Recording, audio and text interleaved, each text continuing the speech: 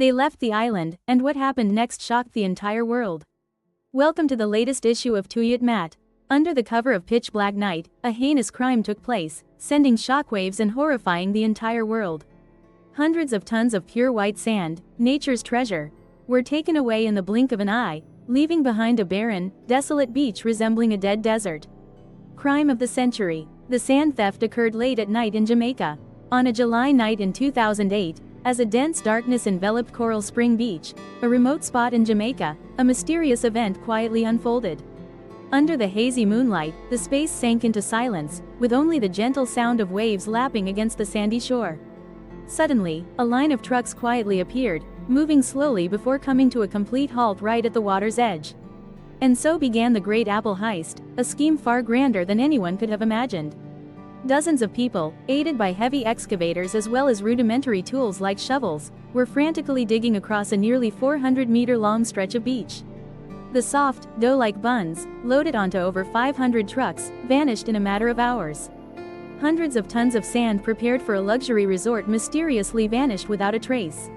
Coral Spring Beach, once a paradise of golden white sands and emerald waves, now lies barren and desolate, evoking the rugged surface of the moon.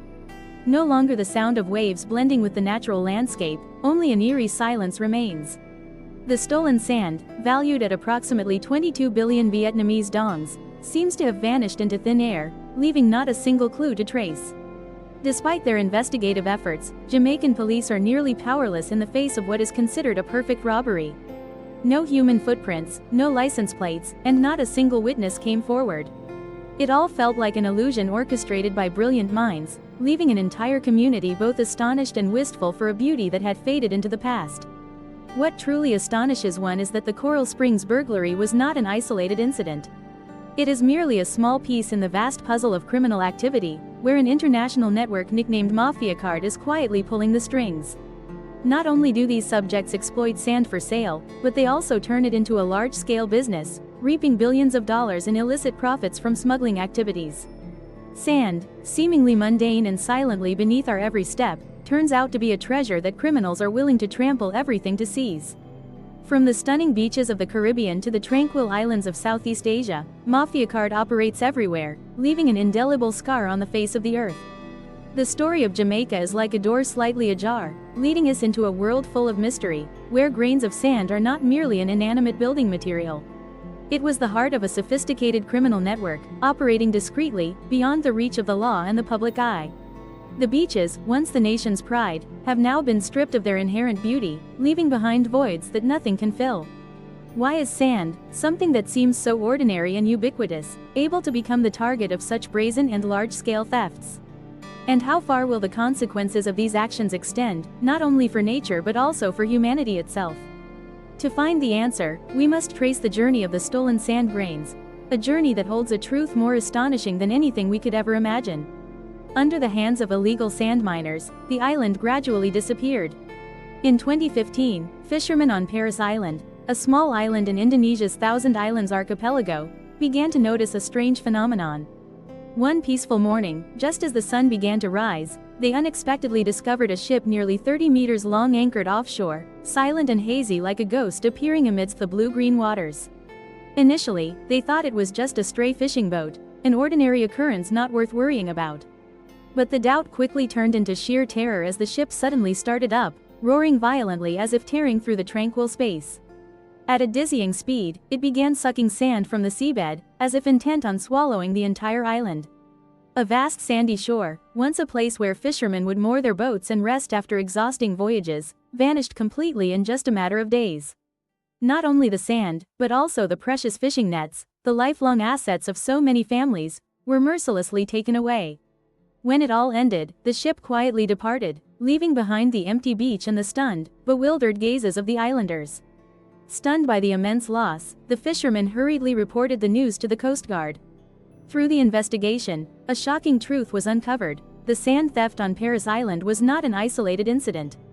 Similar incidents continue to occur quietly across Indonesia, like a nightmare without end.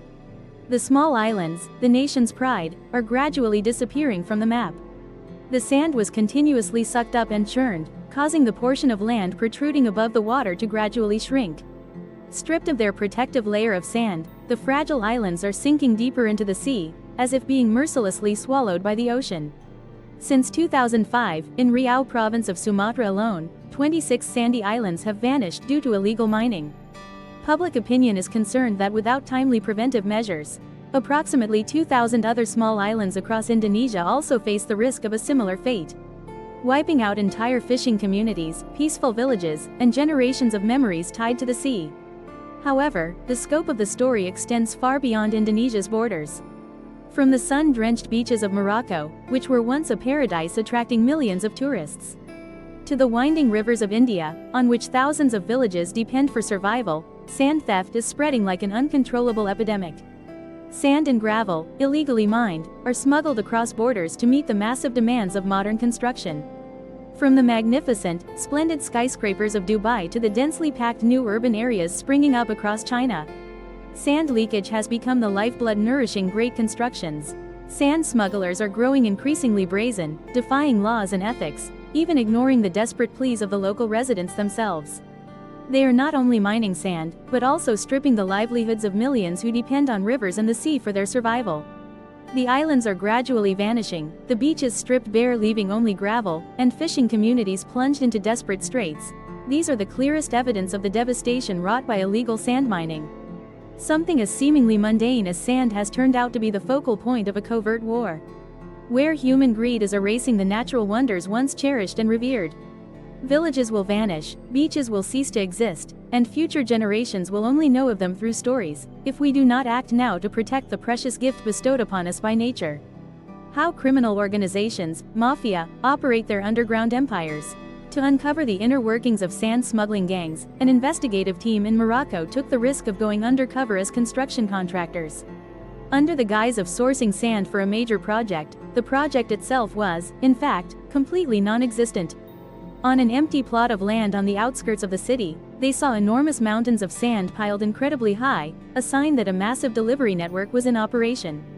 When approaching a supplier, they were utterly astonished by the response. Hundreds of trucks and excavators could be mobilized immediately, all within just 1 week. The demand arises so rapidly that it forces one to utilize their full capacity to meet it. In the following days, the investigation team continued to engage closely with the truck drivers hauling sand, who often parked their vehicles right in the city center. A driver revealed that companies could mobilize a fleet of up to 250 trucks to transport sand at night, through a tight-knit alliance among themselves. Illegal sand is mixed with legal sand right at the construction site, making it impossible to trace its origin. In some localities, sand mining even occurs openly during broad daylight and is under the protection of local authorities, including the police. This indicates that sand theft is not merely a clandestine activity, but is sometimes backed by powerful forces. The scale of illegal sand mining is highly diverse, depending on the specific location and intended use. In small-scale operations, people often use carts or shovels to scoop sand from the beach and then quietly transport it to buyers. However, for large-scale operations, only large vessels equipped with high-capacity sand dredging equipment are deployed. These vessels typically operate at night to avoid detection, while also anchoring far from shore to prevent engine noise from traveling far. Indonesia, with over 17,000 islands and thousands of kilometers of unguarded coastline, has become a paradise for sand thieves. They freely and illegally mine and extract sand, then use falsified documents to sell to international contractors, easily bypassing regulatory agencies. In India, the scene of sand mining is even more bizarre. On a river near Mumbai, hundreds of small wooden boats are anchored closely together, forming long rows that sometimes stretch up to 800 meters. Each boat holds 6 to 10 people, working in an assembly line fashion. 1 or 2 people would dive to the riverbed, fill a metal bucket with sand, and then the others on the shore would pull the bucket up with a rope.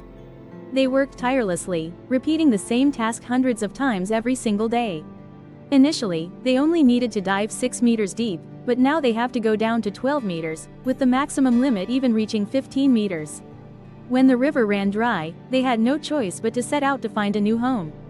The extracted sand is often exported abroad using falsified documents, enabling criminal organizations to easily circumvent the law without being detected. The consequences of illegal sand mining are extremely severe and result in profound damage. This activity not only causes riverbank and coastal erosion, destroys natural ecosystems, but also directly impacts people's livelihoods by depleting arable land and threatening lives and property. Reckless exploitation has altered water flow, polluted the aquatic environment, and left behind vast areas of eroded and degraded land that are nearly impossible to restore. This is truly a pressing issue that demands immediate intervention. Sand, seemingly mundane beneath our feet, is in fact the soul of concrete, an indispensable component in the global construction industry. Each year, the world consumes up to 50 billion tons of sand, second only to water in terms of volume used. It is as if our planet is endlessly devouring rivers and beaches to quench the material thirst of urbanization. China, with its breakneck pace of construction, has become the quintessential image of this rampant urban sprawl. In just 3 years from 2011 to 2013, this country used 6.6 billion tons of cement, a figure that far exceeds the 4.5 billion tons consumed by the United States throughout the entire 20th century. To build a 1,000-meter-long road, it takes up to 27,000 tons of sand. An average concrete house consumes 181 tons, while a large-scale hospital can require up to 3,000 tons. The Burj Khalifa in Dubai, an icon of luxury rising from the heart of the desert, consumed over 5 million tons of sand just to build its solid concrete foundation. That massive demand has sent sand prices skyrocketing. If in 1995, a ton of sand in Singapore cost only 70,000 Vietnamese dongs, by 2005 this figure had skyrocketed to 4.3 million Vietnamese dongs, and this trend shows no signs of stopping. The sand buying frenzy has pushed supplies into an alarming state. In many places, high-quality sand from rivers, lakes, or seas, ideal for construction due to its round and smooth grains, is becoming increasingly scarce. Coastal sands are stripped bare, riverbeds are dredged without remorse, leaving lasting scars on the Earth's surface. As high-quality sand sources become depleted, people are forced to resort to mining inferior-quality sand from deserts or sand dunes. This is often done illegally, in defiance of all existing regulations. The consequence is the devastating destruction of ecosystems. In Indonesia, the operations of sand dredging vessels have caused river mouths to erode, leading to floods that penetrate deeper inland and destroying the marine ecosystem where shrimp and fish reside. The practice of sitting steam baths causes the sand layer, which acts as a natural sponge, to be lost, no longer retaining water during the dry season. Therefore, droughts are becoming increasingly severe. Trees wither, animals lose their shelter, and once lush forests gradually turn into barren lands. Humanity also pays a hefty price. In Indonesia, fishermen once took pride in daily catches of around 10 kilograms of fish per trip, but that number has now drastically declined to less than 1 kilogram. Coral reefs are no longer a haven for fish, while fishermen's nets are often torn to shreds by sand dredging vessels. In Kenya, disputes over sand rights have escalated into bloody conflicts. From 2015 to 2017, at least 9 people were killed in conflicts over sand resources in Makueni County. Local fishermen, who have long depended on the river to irrigate their crops and catch fish, have now fallen into destitution as the river runs dry. The parched fields and fishing boats stranded on the sand bear witness to this tragedy. The situation in India is even more tragic. Hundreds of people, including police officers, officials, and innocent civilians, have been killed in conflicts with sand mafia gangs, those who are willing to murder others just to protect their enormous profits. These heartbreaking figures and stories demonstrate that sand theft is not merely an environmental crisis. It is a humanitarian catastrophe, where the greed of a few plunges millions into despair, stripping away not just sand but the very future of vulnerable communities. S generous gift has ultimately become a symbol of destruction, as humanity forgot a simple truth: one cannot build a world by destroying one. Regarding the prevention of illegal sand mining activities carried out by criminal organizations, mafia, along with the enormous illicit profits they reap from these operations. The illegal sand market, with an estimated annual value ranging from 4.5 to 8 trillion Vietnamese dongs, has surpassed other criminal activities such as illegal logging, gold mining, and fishing to become a formidable shadow economy. In Morocco, more than half of the sand extracted is mined illegally, making sand smuggling criminal gangs the second most powerful organization in the entire country, even manipulating local governments. The situation in India is even more severe. Sand mafias. In broad daylight, sand dredging vessels continue to operate brazenly offshore. The primary reason is that some local authorities have been bribed with kickbacks, leading them to routinely turn a blind eye to the ongoing environmental devastation. Singapore is one of the primary destinations for illegally mined sand. This small nation has expanded its land area by 24% using imported sand, primarily sourced from Indonesia, Malaysia, and Vietnam. Although many countries have imposed bans on exporting sand to Singapore to protect natural resources, illegal smuggling activities continue unabated. In 2008, Singapore's data indicated it imported 3 million tons of sand from Malaysia, but Malaysian records showed exports of up to 133 million tons. This discrepancy of over 130 million tons of sand with no clear origin is as if that amount had vanished into thin air. Not only in Asia, sand from Africa also quietly crosses the ocean to reach Dubai. Here, despite the vast, endless deserts, there is not enough of the right type of sand for construction. This forces Dubai to rely on illegal supplies to build its skyscrapers. Illegal sand mining not only causes severe economic damage but also plunges millions of people into destitution. In Indonesia, the country suffers an annual loss of approximately 10 trillion Vietnamese dongs due to illegal sand mining, resulting in barren beaches and depleted rivers. Fishermen, whose lives depend on the sea, can now only watch in dismay as their nets come back torn to shreds. Meanwhile, farmers are gradually losing their arable land to floods, primarily caused by rampant sand mining. The sand mafia gang also sows terror and violence everywhere. In Cambodia, many local people have even been brutally killed simply for daring to stand up and protect their own land. In India, shootouts between police and the sand mafia occur as regularly as daily meals. However, very few people are aware of these incidents because the media dares not report on them, fearing they will become targets for retaliation. Those who dare to speak out, from journalists to activists, often pay with their very lives. The truth about the sand mafia networks thus remains forever buried in darkness, while beaches gradually vanish and many communities become living proof of the cruelty of greed. Sand, a gift bestowed by nature, has gradually